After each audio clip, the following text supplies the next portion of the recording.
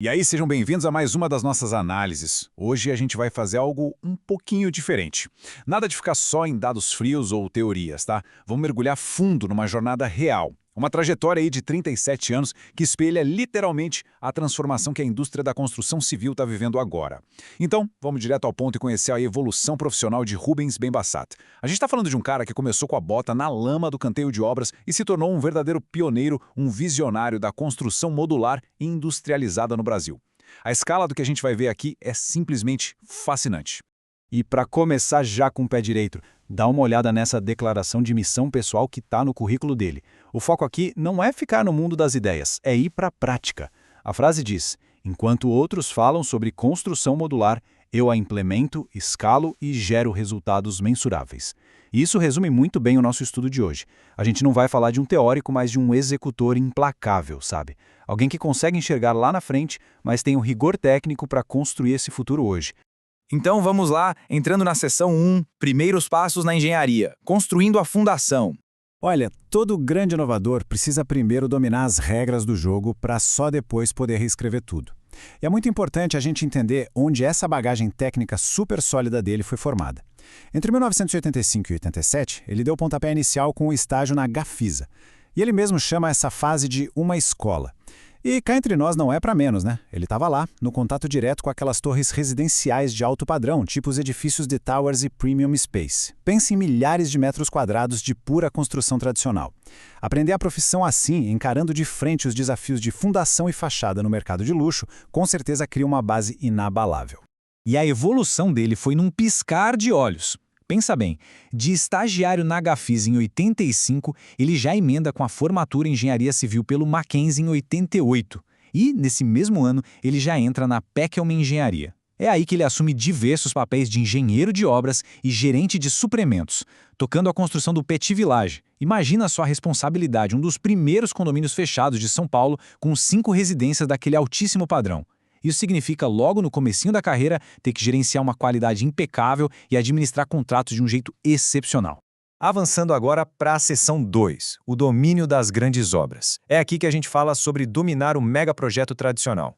Bom, com as fundações bem estabelecidas, o escopo do trabalho dele muda completamente de figura. A gente sai daquelas obras residenciais de alto padrão e entra de cabeça na arena dos megaprojetos corporativos. E a complexidade aqui não é só empilhar tijolo, é gerenciar o caos numa escala gigantesca. Sabe aqueles guindastes recortando o horizonte da cidade? Eles representam uma construção tradicional raiz, em larga escala. E foi exatamente esse o mundo que o Rubens passou a dominar. Ser o maestro desses balés imensos de aço e concreto exige demais de um profissional. Mas para a gente realmente entender o tamanho disso, temos que olhar para os números. E olha, prepara aí, porque eles são absurdos. 507 mil. Esse é o volume assombroso de metros quadrados que ele gerenciou lá na Camargo Corrêa Desenvolvimento Imobiliário. Para colocar isso em perspectiva, estamos falando de coordenar 14 obras. E detalhe, 10 delas acontecendo ao mesmo tempo, espalhadas por nada menos que 51 torres. Dá para acreditar? Gerenciar as equipes e os prazos em meia centena de torres de forma simultânea exige um nível de controle executivo que, convenhamos, pouquíssimos profissionais têm. E como a gente pode imaginar, uma escala desse tamanho traz junto um peso financeiro que é uma loucura. 653 milhões de reais em contratos. A responsabilidade aqui vai muito, mas muito além de saber fazer argamassa. A gente está falando de um planejamento gerencial rigoroso, de padronizar a cultura da gestão inteira e de garantir, sem margem para erro, que centenas de milhões de reais sejam aplicados com a máxima eficiência e qualidade possíveis. Mas, sabe, talvez a verdadeira prova de fogo de qualquer gestor seja exatamente quando as coisas começam a dar errado. E foi lá na TPA Empreendimentos que a bomba caiu no colo dele. Um condomínio clube gigantesco que estava super atrasado. É aqui que a essência de gerenciar crises brilha de verdade. Imagina ter que assumir 5 torres, 560 unidades, cuidar de mais de 120 operários, recuperar um cronograma que já estava perdido e, no fim de tudo, ainda entregar o projeto com uma qualidade melhor do que a esperada. Isso é o que a gente chama de liderança fenomenal sob pressão. E se resgatar projetos que estão quase afundando já impressiona, espera até ver a velocidade das entregas dele. Trabalhando com a Jones Lang LaSalle e entregando para o Banco Pátria, ele gerenciou a construção de um call center gigante, com 2.750 postos de atendimento. Sabe qual foi o prazo? Um recorde absoluto na época, 140 dias. E como ele conseguiu essa mágica? Usando a metodologia do PMI. Isso mostra como ele pegou as melhores práticas globais de gestão de projetos para espremer cada gota de eficiência da construção convencional. O que nos leva à nossa seção 3. O despertar para a industrialização. A mudança de paradigma. É justamente nesse ponto que essa história ganha um contorno fascinante. Depois de dominar completamente o caos da construção tradicional naqueles palcos enormes, rolou uma verdadeira epifania. Ele percebeu que, por mais impecável que seja a gestão, a construção tradicional, que fica ali dependendo do tempo e das condições do canteiro de obras, é limitada por natureza. O contraste salta aos olhos, né?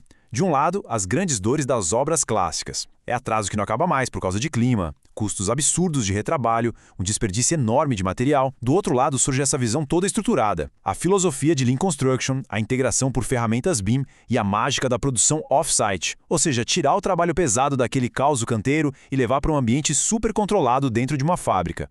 E esse empurrão para a industrialização começou a ganhar corpo mesmo quando ele estava na construtora BS. Não foi só chegar lá e aplicar umas técnicas novas.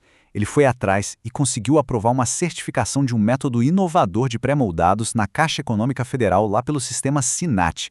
Gente, isso não foi um ajustezinho de rotina.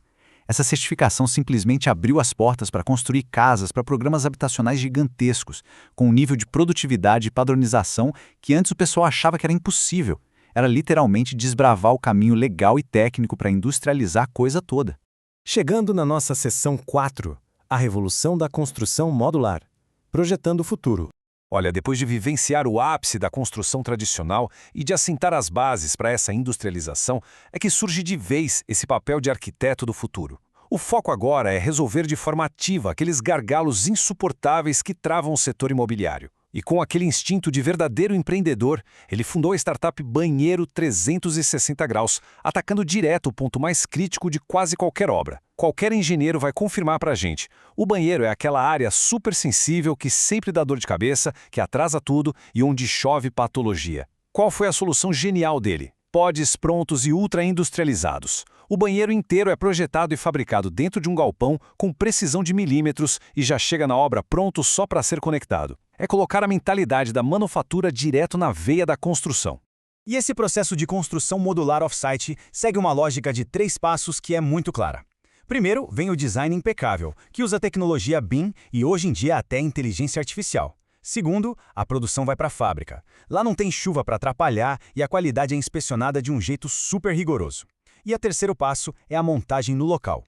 Peraí, presta atenção nesse detalhe. Não é mais construir no local, é montar. Isso muda o jogo completamente. Aí se a gente se perguntar, tá, mas quais são os resultados práticos dessa metodologia hoje em dia? Os dados do período em que ele atuou como engenheiro sênior lá na Visia Construção Industrializada respondem isso na hora. Na liderança para entregar a escola técnica da Firjan, a gente está falando de 3.600 metros quadrados, montados usando 106 módulos em apenas 160 dias. Isso é uma redução drástica de 40% no tempo de execução se a gente comparar com aquela construção de tijolo sobre tijolo. Resumindo, uma obra gigante, entregue num tempo que é recorde absoluto. E o melhor de tudo é que essa velocidade não cobrou o preço da qualidade e muito menos estourou o orçamento. Muito pelo contrário.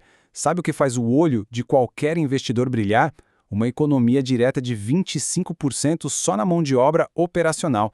E para deixar tudo ainda mais impressionante, 0 atrasos e 98% de conformidade de qualidade. É ou não é a prova definitiva de que tirar a obra do relento e levar para dentro da fábrica é o caminho mais seguro, previsível e, claro, lucrativo?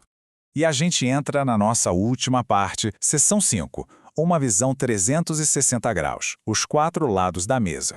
A grande pergunta é por que a transição que ele propõe faz tanto sucesso numa indústria inteira? A resposta está no fato de que, ao longo dessas quase 4 décadas, a vivência dele englobou absolutamente todos os papéis desse ecossistema. Ele não ficou isolado ali num departamento só, sabe? Sentando nos 4 lados da mesa, ele teve a chance de ser o empreiteiro com a mão na massa, o engenheiro-chefe orquestrando toda a técnica, o gerente controlando milhões de reais e, por fim, o próprio cliente exigindo resultados. Isso traz um entendimento profundo da dor e do que motiva cada pecinha desse xadrez gigante que é a construção civil. E hoje em dia, essa experiência toda subiu para um patamar ainda mais alto. O perfil dele foi muito além da execução para se tornar o que a gente chama de profissional completo. Com um mestrado em empreendedorismo e inovação e uma rede de contatos com mais de 12 mil conexões como o visionário modular lá no LinkedIn, Ele trabalha sem parar com mentorias, palestras e consultoria. É uma atuação super ativa, educando e empurrando a cadeia produtiva inteira na direção de um futuro que é muito mais enxuto, tecnológico e sustentável. O que nos traz, enfim, para uma reflexão final depois de acompanhar toda essa jornada impressionante. A gente viu a transição de gerenciar dezenas de torres tradicionais naquele caos da cidade para alcançar a precisão cirúrgica de módulos industriais que são entregues semanas antes do prazo, com qualidade superior e ainda por cima economizando muito dinheiro. A pergunta que não quer calar é a seguinte: se um só engenheiro consegue provar que dá para transformar um canteiro de obras totalmente caótico numa linha de montagem de alta precisão, o que está impedindo o resto do mundo de começar a construir o futuro hoje mesmo? As ferramentas, a tecnologia, os resultados, tá tudo aí provado e testado. Só falta a gente agir. Bom, eu vou ficando por aqui. Muito obrigado por acompanharem mais essa análise e até a próxima.